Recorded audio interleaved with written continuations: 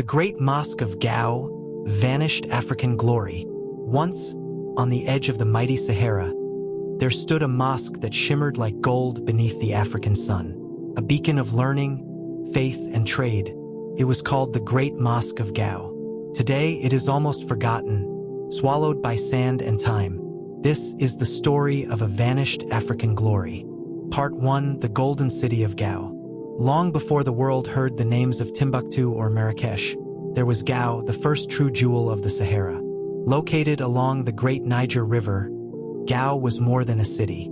It was a meeting point, where golden deserts met flowing waters, where traders, scholars, and travelers from across Africa came together.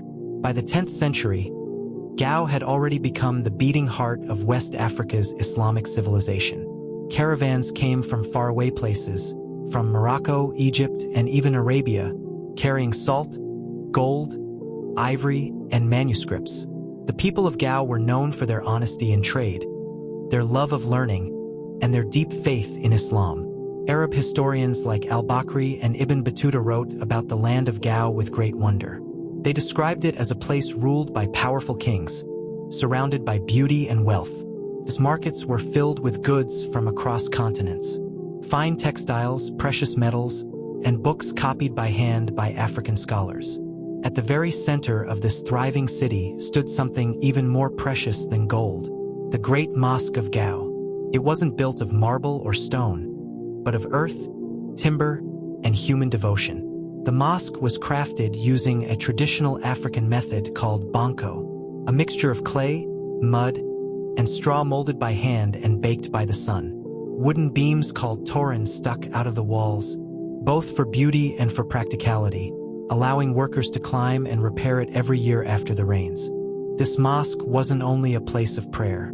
It was also a place of knowledge, where imams taught the Quran, where poets recited verses, and where travelers from faraway lands came to rest and learn. The sound of the adhan, the call to prayer, echoed across the desert winds, and the Great Mosque stood as a symbol of peace and unity.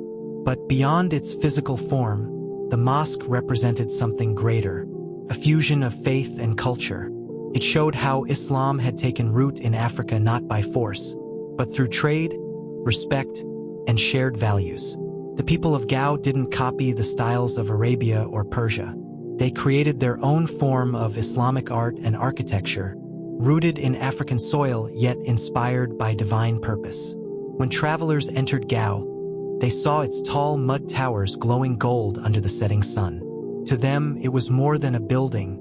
It was proof that greatness could rise even from dust, that a civilization guided by faith could thrive in the heart of the desert.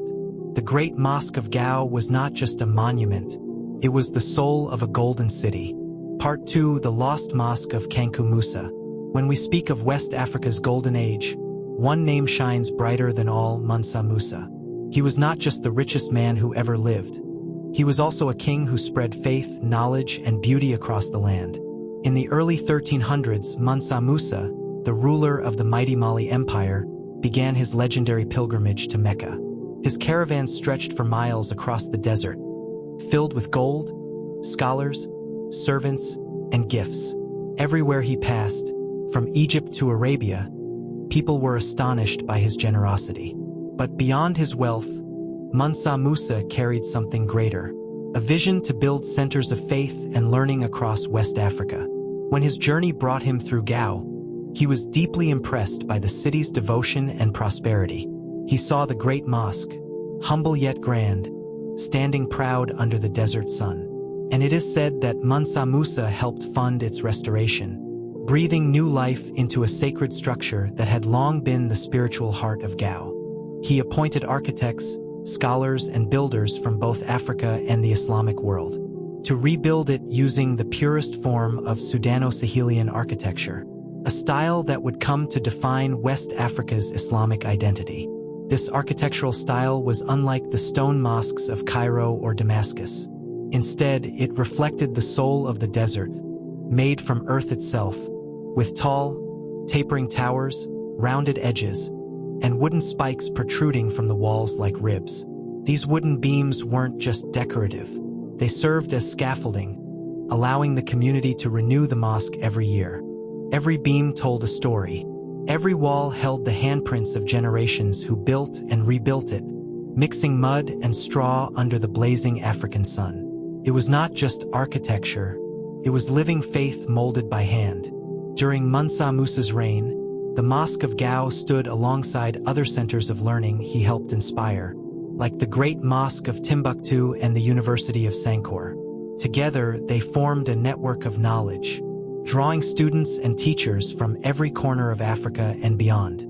The Great Mosque of Gao became a symbol of unity and pride, a reminder that Africa was not only rich in gold and trade, but also in spiritual and intellectual treasure.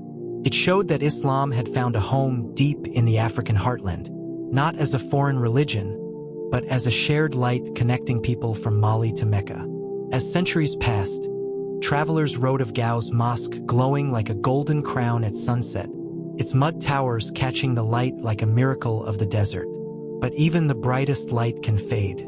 The mosque that Mansa Musa restored, that once stood as a symbol of African greatness, would one day fall silent under the sands of time.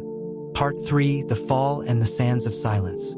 Every empire that rises in glory must one day face its twilight. For the Songhai Empire, that day came sooner than anyone expected. By the 1500s, Gao had reached the height of its power. Its kings ruled lands stretching thousands of miles across the desert, from the gold fields of the south to the salt mines of the north. Its scholars debated theology and astronomy. Its traders brought wealth from distant coasts. And at the center of it all, the Great Mosque of Gao stood as the soul of the empire, a reminder that faith and knowledge could build civilizations out of dust. But power breeds envy. To the north, across the desert, another empire watched with suspicion: Morocco. Its rulers feared the strength of Songhai and its wealth, flowing endlessly through Gao and Timbuktu. In 1591, the Moroccan Sultan Ahmad al-Mansur sent a powerful army, equipped not with spears and bows like the Songhai soldiers, but with a new weapon that Africa had never seen in battle before: guns. The Songhai warriors, brave but outmatched, fell in the Battle of Tondabai, their empire shattered in a single thunderous day. The Moroccan invasion broke the heart of West Africa. Gao's kings were dethroned, its scholars scattered, its trade routes destroyed. Without the empire to protect it, the city slowly faded. The Niger River still flowed, but the songs and prayers that once filled the Great Mosque began to fall silent. The invaders could conquer land, but they could not rebuild what made Gao truly great: its spirit. As the years passed, droughts came. The Sahara crept closer, swallowing the once bustling streets in waves of golden dust. The mosque that had glowed under the sun began to crumble, its walls cracking, its towers leaning. By the 1700s, travelers wrote of Gao as a ghost of its former self. They spoke of ruins, fragments of mud walls half buried in sand, where villagers still prayed, remembering what once was. By the 1800s, European explorers arrived, hoping to find the legendary city of gold. But what they found instead were whispers of a forgotten glory. Stories told by elders about a mosque that once touched the sky, about a city that had taught the world before the world knew its name. The Great Mosque of Gao, the pride of kings and scholars, was reduced to memories and dust. Its legacy lay hidden beneath layers of sand, waiting for someone to remember. And yet, in every fallen brick and every grain of earth, the spirit of Gao still lived. Because you can destroy walls, but you cannot erase faith. You can silence an empire, but you cannot silence its echo. Part 4: What Remains Today. Centuries have passed since Gao's golden age, yet the whispers of its past still drift through the desert wind. The city may no longer be an empire's capital, but traces of its glory remain, buried beneath dust and carried in the hearts of its people. Today, in modern Gao, on the banks of the Niger River, stands a mosque known as the Mosque of Askia, believed to be the spiritual heir, and perhaps even the descendant of the Great Mosque of Gao. This structure, built around the late 15th century by Askia Muhammad I, was inspired by the earlier mosques of the region, including the lost Great Mosque itself. Its tall, pyramid-shaped tower rises proudly from the sandy earth, its walls of sun-baked mud glowing gold in the afternoon light. Wooden beams, the traditional toran, jut out from the surface, giving it both strength and its iconic look. Every year after the rainy season, the people of Gao gather to replaster the mosque by hand. Men, women, and children mix clay, straw, and water, then climb the toran beams to renew the walls, just as their ancestors did centuries ago. It's more than maintenance. It's a ritual of memory, a living tradition that keeps history breathing. They say when the sun sets and the last call to prayer echoes through the air, the mosque glows like a golden flame against the desert sky. And in that moment, one can almost imagine the Great Mosque of Gao, the one lost to time, still standing nearby, its shadow stretching across the sands. For the people of Gao, these mud mosques are not ruins. They are living heritage. Each beam, each wall, each layer of clay is a testimony to the faith and endurance of their ancestors. Though the world may have forgotten, they remember. The city itself remains modest. Quiet streets, small markets, and children playing under the same sun that once shone on kings. But in every corner, there are echoes of that ancient grandeur. The rhythm of drums during festivals, the recitation of Quranic verses in local schools, the old songs that speak of kings, traders, and scholars. In 2004, UNESCO recognized the Mosque of Gao as a World Heritage Site, a global acknowledgement of the greatness that once was. It stands not only as a sacred space, but as a monument to Africa's contribution to Islamic art and architecture. So even though the original Great Mosque of Gao may be gone, its soul endures, in the mud, in the people, and in their prayers. The mosque's light was never truly lost, simply changed form, from walls of clay to a legacy that lives forever.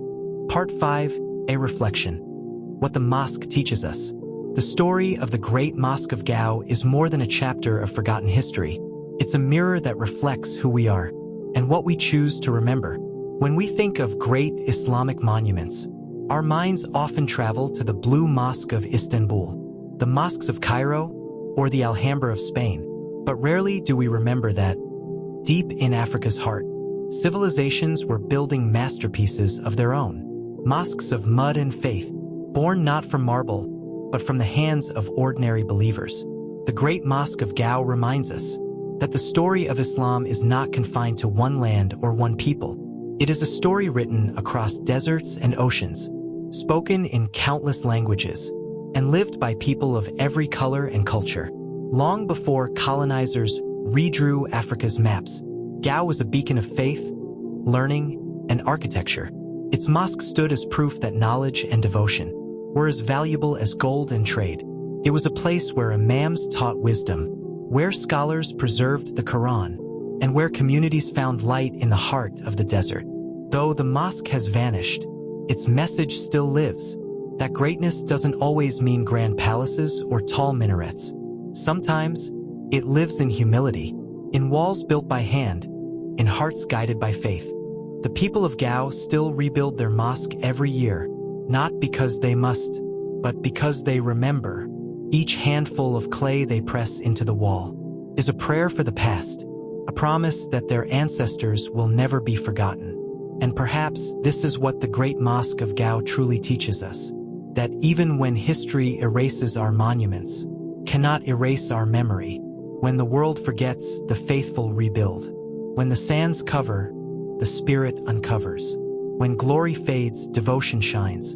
The mosque may no longer stand as it once did, but its soul, the soul of African Islam, still breathes. In the prayers of the people, in the echoes of the Adhan across the Niger River, and in every story that dares to remember what was once lost. So, when we speak of Islamic heritage, let us remember Gao.